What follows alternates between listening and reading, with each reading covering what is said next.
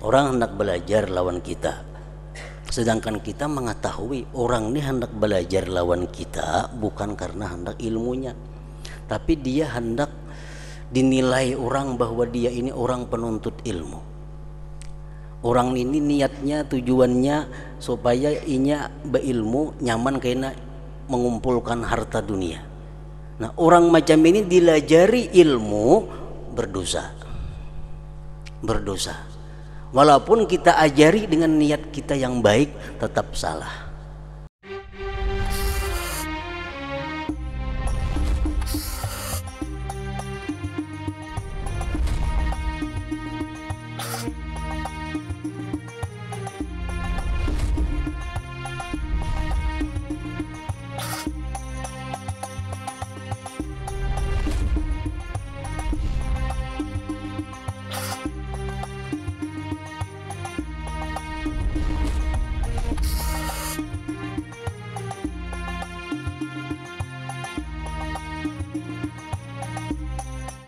Artinya paraksama lawan itu ulama-ulama yang mengajarkan ilmu kepada orang-orang yang bertujuan untuk berdebat kepada ulama, mengumpulkan harta dunia, atau mencari muka di sisi para raja. Nah, sama hukumnya pun haram juga. Walaupun ulama itu punya niat yang baik, sudah tahu nang belajar lawan seorang ni orangnya kada pajang memakai kada ka ilmu, pajang dijualnya pulang kena ilmu itu kalain. Nah, ini ulama nang melajari ini walaupun niat baik tetap dianggap satu dosa.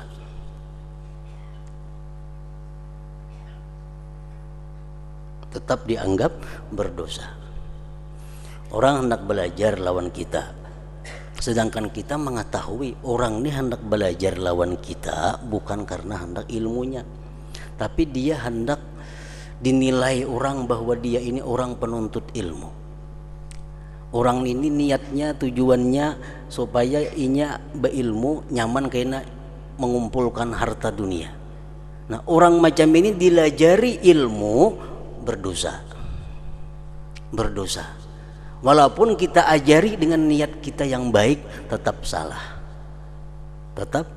Sama hukumnya kurang lebih mendekati tadi kepada para penguasa yang menyumbangkan harta haram kepada masjid dan sekolahan tadi. Maka apabila mereka belajar, maka sesungguhnya apabila mereka belajar, orang-orang yang niat buruk ini belajar ilmu agama, maka mereka adalah orang-orang yang memotong jalan Allah Ta'ala, dan masing-masing dari mereka bangkit dalam negerinya sebagai pengganti Dajjal yang rakus kepada dunia, mengikuti hawa nafsu, menjauhkan diri dari takwa, dan berani kepada manusia disebabkan ia menyaksikan perbuatan maksiat kepada Allah Ta'ala. Nah, jadi seorang guru ini kalau hendak mengajari ilmu yang khusus kepada manusia, mesti diketahui dahulu bujur-bujur manusia ini macam apa tujuan dan niatnya belajar ilmu itu. Pada ilmu diajarkan baik, si ulama niatnya bagus, cuma yang belajar ini niatnya kada bagus, si ulama ini tahu, nah itu termasuk dosa. Kemudian ilmu itu kadang-kadang tersebar kepada orang yang seperti tadi, dan mereka juga menjadikannya sebagai alat dan perantara dalam berbuat kejahatan dan mengikuti hawa nafsu, dan demikian itu berantai jadinya terus menerus. Dan bahaya semuanya itu kembali kepada pengajar yang mengajar ilmu kepada orang tersebut, beserta tahunya pengajar dengan kerusakan niatnya pelajar tadi dan tujuannya, dan menyaksikannya si pengajar akan bermacam-macam maksiat dari perkataannya, perbuatannya, pada makanannya, pakaiannya, dan tempat tinggalnya. Nah, si pengajar ini sudah tahu yang belajar nih gawiannya macam ini, yang belajar ini minuman makanannya macam ini, yang belajar ini pergaulannya macam ini, masih dilajari ilmu. Nah, si pengajar ini dia akan mendapat dosa dari Allah Subhanahu wa taala karena menolonginya untuk menjadikan ilmu sebagai alat untuk pembenaran dirinya dalam melakukan maksiat tadi. Lalu orang alim ini meninggal dunia dan tetap bekas-bekas kejahatannya masih tersebar di alam. Dalam 1000 tahun umpamanya dan 2000 tahun, tetap si alim tadi menanggung akibatnya, tetap menanggung dosanya.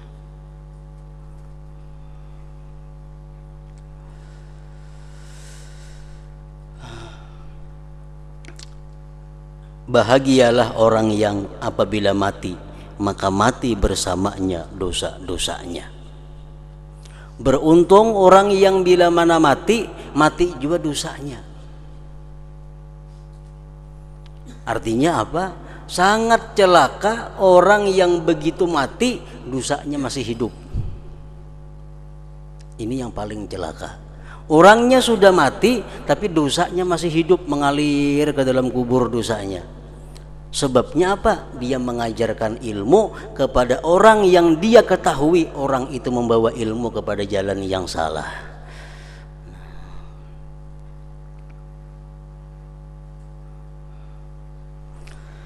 Kemudian yang mengherankan dari kebodohannya di mana ia berkata, sesungguhnya amal perbuatan itu tergantung niat.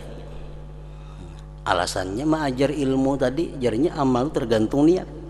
Dan saya maksudkan dengan yang demikian mengembangkan ilmu agama. Kalau ia menggunakan ilmu itu dalam kerusakan, maka perbuatan maksiat itu darinya, bukan dariku. Nah, itu alasan yang salah. Sebab ini sudah tahu kelakuannya, yang menuntut ilmu ini sudah tahu kelakuannya jam ini, tetap aja dilajari.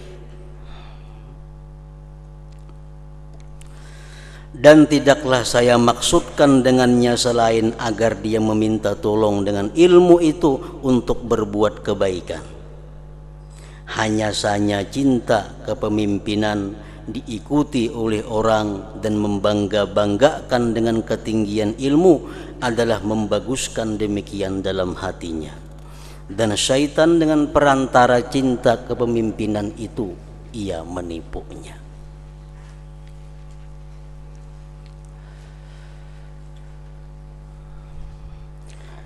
Semoga saya mengetahui, ujar Imam Ghazali, apa jawabannya tentang orang yang memberi pedang kepada perampok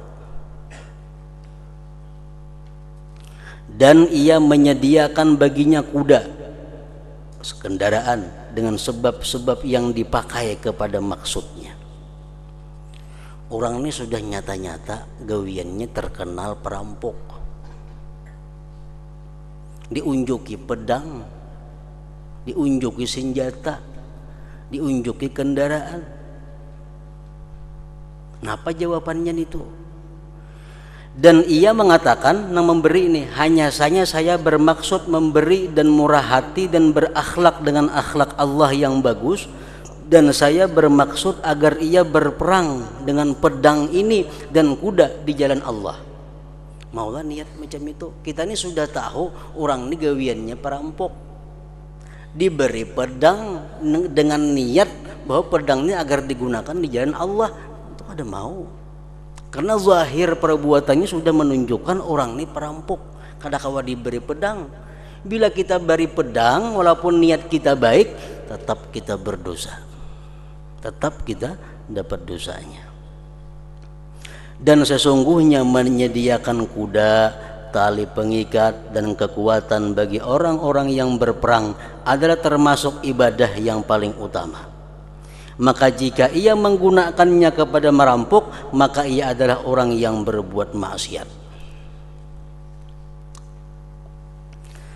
Nah, di sini artinya bahwa kita dituntut bukan hanya kita hati-hati dalam hal maksiat kepada Allah, tapi juga kita hati-hati dalam hal memberikan fasilitas, memberikan sarana untuk orang berbuat maksiat kepada Allah. Walaupun niat kita baik, tetap kita akan dapat dosanya. Dicontohkan dua macam tadi. Pertama, orang mengajar ilmu. Inya mengajar ilmu tujuannya karena Allah, bagus niatnya.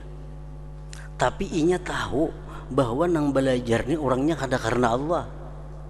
Nang belajarnya hanya mencari alat ilmu itu digunakannya untuk kepentingan dunia. Nah, walaupun si pengajar ini karena Allah, niatnya tetap inya berdosa. Karena memberikan ilmu kepada orang nang salah.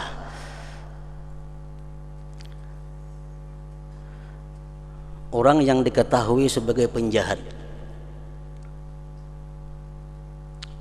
diberi senjata dengan niat digunakannya untuk sabilillah. Niatnya bagus.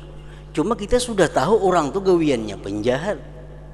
Nah, kadakawa kita beralasan bahwa kalau digunakannya maksiat tuh urusannya, kadakawa alasan seperti itu. Karena kita sudah tahu orang ini sebagai orang penjahat. Nah, niat nang baik tadi kada memberi bekas. Nah, di sini kita artinya dituntut untuk berhati-hati bukan hanya masalah ini, tapi masalah anak, masalah istri, masalah keluarga. Sama halnya.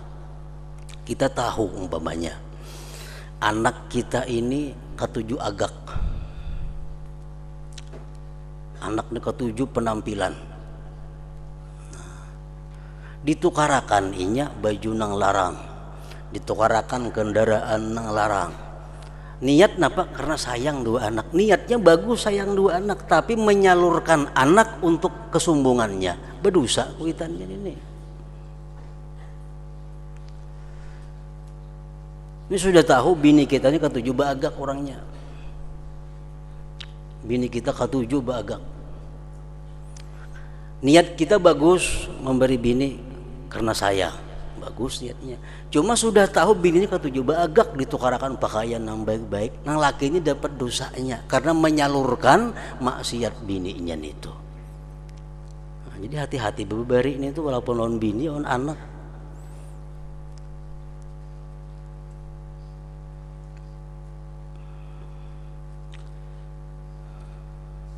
Nah, kayaknya kita mati,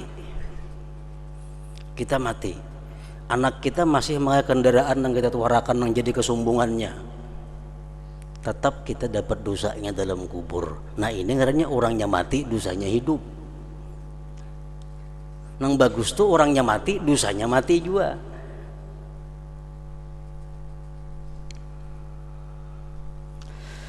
Dan para ahli fikih telah sepakat bahwa demikian itu adalah haram. Haram. Macam apapun niatnya baik, tapi kalau sudah tahu bahwa apa yang kita berikan itu adalah dijadikannya alat untuk maksiat, kada bisa diterima.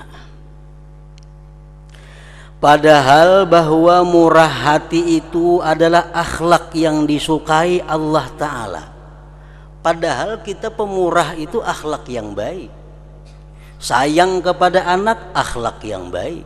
Sayang kepada istri, akhlak yang baik. Tetapi kalau mereka itu kita ketahui menggunakan pemberian kita di jalan yang tidak diridai Allah, lebih baik kita pemalar, lebih baik kita menahan pemberian itu.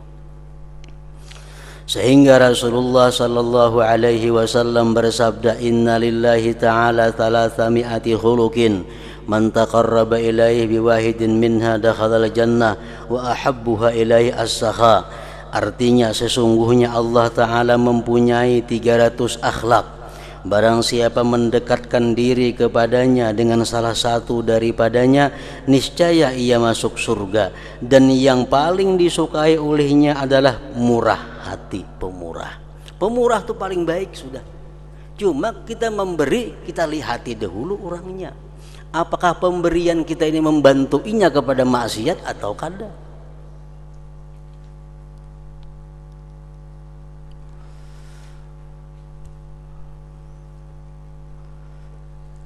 Maka mudah-mudahan saya mengetahui mengapa murah hati diharamkan. Mengapa murah hati diharamkan? Dan mengapa wajib atasnya agar melihat, memikirkan tanda-tanda keadaan dari orang yang zalim ini. Sebelum kita bermurah hati kepada anak, istri atau orang lain, kita pikirkan dulu adakah tanda-tanda kezaliman pada orang yang bakal kita beri itu. Apabila tampak baginya dari kebiasaan orang itu bahwa ia meminta tolong, artinya menjadikan dengan pedang untuk berbuat kejahatan, maka semestinya ia berusaha menarik pedangnya, tidak bahwa ia membantunya dengan yang lain. Kalau sudah kita ketahui bahwa ini orang menggunakan pemberian kita di jalan yang maksiat, kita tarik itu. Dan ilmu adalah senjata yang dipakai untuk memerangi syaitan dan musuh-musuh Allah. Dan kadang-kadang musuh-musuh Allah tolong menolong dengan ilmu, yaitu hawa nafsu. Ilmu ini bisa dipakai untuk memusuhi syaitan, tapi ilmu bisa juga dipakai untuk mengawani syaitan. Bila ilmu kita gunakan untuk mendekatkan diri kepada Allah, itu ilmu yang memerangi syaitan ngarannya. Tapi bila ilmu kita gunakan untuk mencari kepentingan dunia, nah itu ilmu yang kawannya syaitan. Jadi sebelum kita mengajarkan satu ilmu kepada seseorang, maka kita memeriksa dahulu orang itu macam apa keadaannya. Khawatir kalau pelajaran yang kita berikan itu digunakannya untuk alat jalan maksiat kepada Allah.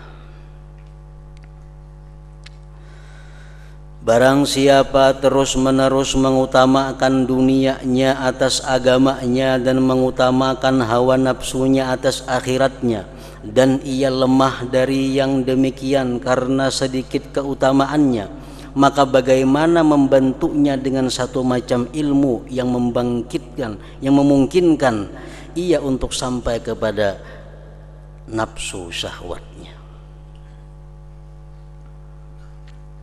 Bahkan ulama ussalaf rahimahullah senantiasa menyelidiki hal ihwal orang yang pulang pergi kepada mereka. Jadi ulama salaf dahulu mengontrol, mengawasi murid yang pulang pergi, keluar masuk di rumahnya itu. Maka jikalau mereka melihat daripadanya ketaksiran dalam salah satu ibadah sunnah, maka mereka mengingkari kepadanya dan meninggalkan menghormatinya.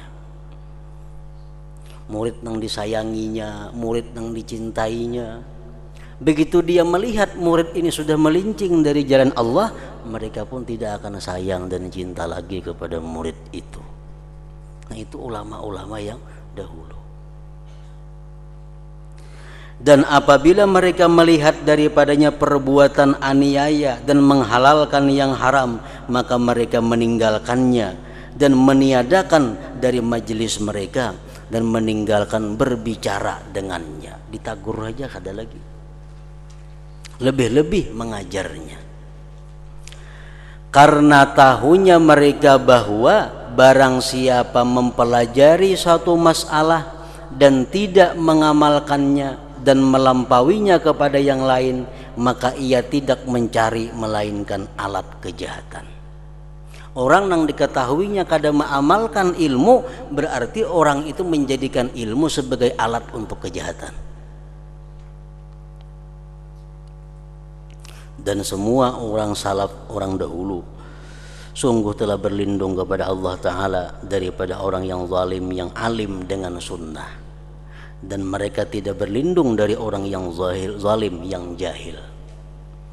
Orang yang alim yang menggunakan ilmunya untuk kepentingan-kepentingan dunia, itu yang mereka sangat berlindung kepada Allah. Diceritakan dari sebagian murid Ahmad bin Hanbal rahimahullah bahwa ia pulang pergi kepadanya beberapa tahun. Ada seorang murid ini mengaji lawan Imam Ahmad bin Hanbal beberapa tahun, bulang bulik ke rumah sidin, bulang bulik ke rumah sidin. Kemudian bertepatan bahwa Ahmad berpaling daripadanya dan meninggalkannya, dan ia menjadi tidak berbicara kepadanya. Imbah itu Ahmad bin Hanbal nih kada menagur lagi lawan murid tadi, kada menagur lagi, kada menyapa lagi, kada mau lagi melajari. Maka murid tersebut senantiasa bertanya kepadanya tentang perubahan sikapnya kepadanya. Kenapa pian guru dulu pian menagur ulun, dulu pian mencari ulun, dulu pian mahabari ulun, sekarang pian apa kada hiri-hiran lagi lawan ulun?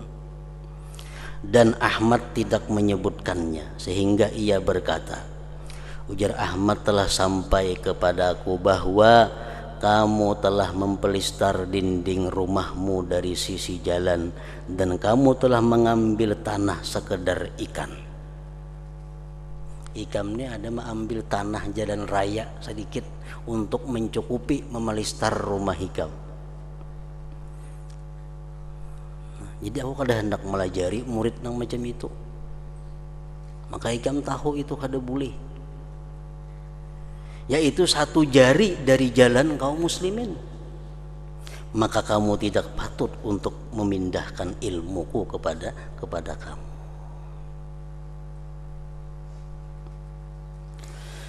Begitulah pengintaian orang-orang salaf terhadap hal ehwal orang-orang yang menuntut ilmu. Ini dan contoh-contoh seperti ini adalah termasuk di antara sesuatu yang samar atas orang-orang yang dungu dan pengikut-pengikut syaitan. Walaupun mereka adalah orang-orang yang mempunyai baju jubah dan lengan-lengan baju yang luas, dan mempunyai lisan yang panjang, dan mempunyai kelebihan yang banyak.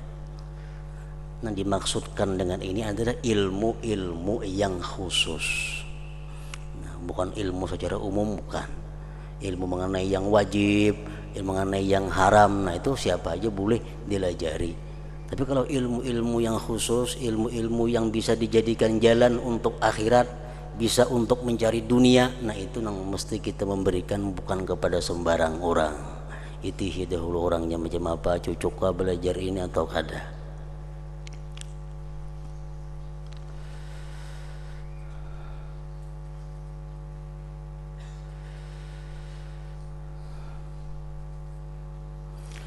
Begitulah pengintaian orang-orang salaf terhadap hal ehwal orang-orang yang menuntut ilmu. Dan contoh-contoh seperti ini adalah termasuk di antara sesuatu yang samar atas orang-orang yang dungu dan pengikut-pengikut syaitan, walaupun mereka adalah orang-orang yang mempunyai baju jubah dan lengan-lengan baju yang luas, dan mempunyai lisan yang panjang, dan mempunyai kelebihan yang banyak. Maksudnya kelebihan ilmu-ilmu yang tidak meliputi atas peringatan daripada dunia dan pencegahan daripadanya, keinginan pada akhirat dan seruan kepadanya akhirat. Bahkan itu adalah ilmu-ilmu yang berkaitan dengan makhluk dan dipakai untuk sampai kepada mengumpulkan harta benda, diikuti manusia dan mendahului teman-temannya. Jadi sabda Rasulullah sallallahu alaihi wasallam, innamal a'malu binniyat, hanya saja amal perbuatan itu tergantung niat, adalah khusus dari 3 bagian dengan perbuatan taat dan perbuatan yang mubah, bukan perbuatan maksiat. Innamal a'mal bin niat, hanya saja amal perbuatan itu tergantung niat. Nangkawa dirubah niat hanyalah amal taat dan amal mubah. Amal maksiat kada bisa dirubah dengan niat.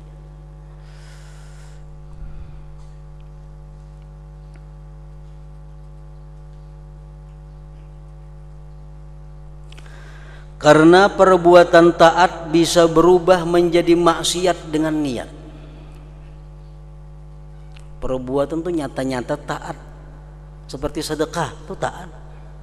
Tapi karena niatnya untuk mencari simpati, jadi maksiat. Memberi, menyumbang, perbuatan taat. Tapi karena niatnya bukan karena Allah, jadi maksiat.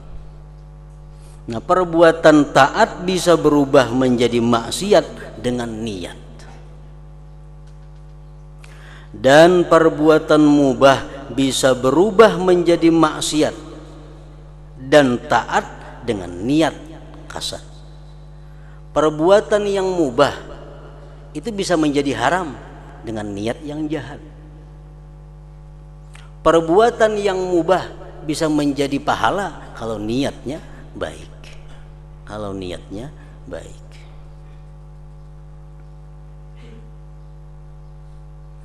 Adapun perbuatan maksiat maka tidak dapat berubah menjadi perbuatan taat dengan niat sama sekali. Perbuatan maksiat maka tidak dapat berubah menjadi perbuatan taat dengan niat sama sekali. Memang niat mempunyai pemasukan kepadanya. Perbuatan maksiat ini bisa dimasuki niat, yaitu apabila ditambahkan kepadanya maksud-maksud yang jahat. Nah, kalau perbuatan maksiat ditambah lagi niat-niat jahat yang banyak, maka semakin berlipat ganda dosanya. Makin berlipat ganda dosanya. Perbuatan yang jelas-jelas sudah haram. Aku nukar pedang hendak membunuh orang, itu sudah nyata haram. Karena membunuh orang karena aku pulang hendak membunuh si A, si B, si C. Makin niatnya berinting kada baik, makin menambah kejahatannya. Jadi perbuatan maksiat itu bisa masuk oleh niat yang jahat dan menjadi berlipat ganda dosanya. Memang niat mempunyai pemasukan kepadanya maksiat, yaitu apabila ditambahkan kepadanya maksud-maksud yang jahat, maka semakin berlipat ganda dosanya dan besar bahayanya. Seperti yang telah kami sebutkan yang demikian itu pada kitab Taubah.